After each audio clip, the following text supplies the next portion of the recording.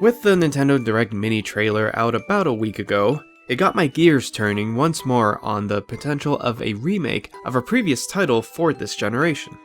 Now I know some of you have heard me talk about it before, but if a remake for this generation is coming, Sinnoh could work.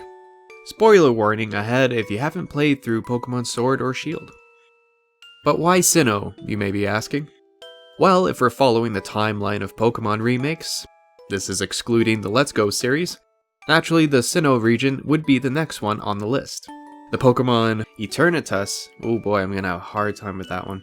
Pokemon Sword and Shield's reason why Dynamax and Gigantamax exists shares its name with a city in Sinnoh, Eterna City. And then there's Veilstone City, which is known for meteors falling from the sky. And the reason why those are relevant will be explained in just a moment. First, let's start with explaining the origin of the Sinnoh region. Before the beginning of Sinnoh, from a vortex of chaos emerged an egg. When Arceus hatched from this egg, it shaped the world with its 1,000 arms and created the land of Sinnoh. Arceus then created the Pokemon of Time, the Pokemon of Space, and the Pokemon of Antimatter. Eventually, people began to inhabit Sinnoh. Arceus then created 3 new Pokemon to give humans knowledge, emotions, and willpower. These 3 Pokemon are said to inhabit lakes in the land of Sinnoh. Dialga and Palkia inhabit the time-space dimensions, and Giratina was banished to the Distortion world by Arceus. So you can see we can make some connections with that, but we're not done there. Here's how Dynamaxing is explained in the Galar region. Eternatus arrived in Galar inside of a meteor 20,000 years prior to the events in Pokemon Sword and Shield. Eternatus' presence serves as the source of the Dynamax and Gigantamax phenomenon in Galar, due to its power leaking out in the form of Galar particles following its defeat thousands of years ago against Zacian and Zamazenta. Eternatus then proceeded to enter a deep slumber in order to fully heal from its injuries. As the particles spread throughout the region, they created power spots and Pokemon dens, where Dynamax and Gigantamax transformations can occur. Solid pieces of Eternatus also rain down, called Wishing Pieces, Wishing Chips, and Wishing Stars.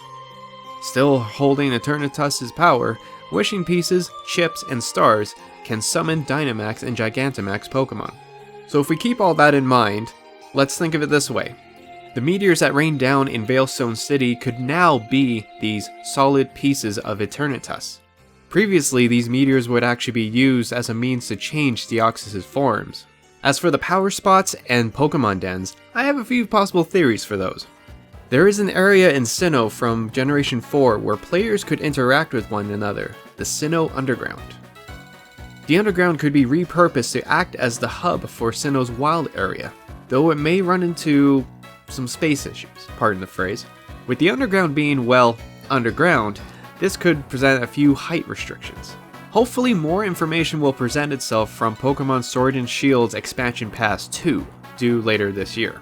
But so far what we got is, the Expansion Pass 2 promises a new mode featuring a type of cave or underground areas that have Pokemon dens and can be played in a co-op mode.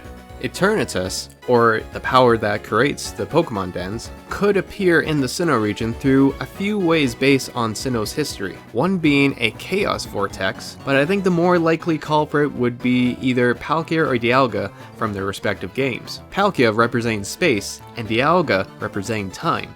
Giratina has control over antimatter and the Distortion world, where time does not flow and space is unstable, so there could be a possible link there, but Pokemon Diamond and Pearl never really focus on Giratina in their games. That would be reserved for Pokemon Platinum's story. Another idea would be similar to how Eternatus arrived in the Galar region, by a meteor falling from space.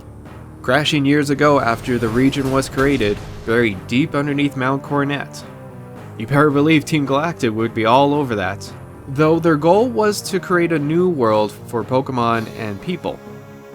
Maybe the elders of Celestic Town knew of the event but kept it secret. Maybe Palkia and Dialga worked together to send Eternatus back into time to appear in the Galar region, thus causing the events of the Darkest Day. I mean, this wouldn't be the first time Pokemon had discussed alternate universes and wormholes or portals that sent creatures to places that they shouldn't be. I'm talking to you, Omega Ruby and Alpha Sapphire. Or we go way off the rails and suggest that someone from the Galar region brings some sort of technology to retrofit places of interest like gyms or the Pokemon League to support Dynamax battles. I think this self-isolation is starting to get to me. Who knows? I, like many others, are awaiting in anticipation for a Diamond and Pearl remake. There is a part of me that is hoping that these expansion passes may be the stepping stones to help make that happen. And we look forward to the day that Game Freak makes that announcement. But until then, you guys, this is purely speculation, and I would like to hear what you guys think of this idea. If you guys like the video, give it a like, and if you're not subscribed, please consider subscribing for more of these types of videos. And until then, you guys, this is SolarPrimal signing out, and bye for now.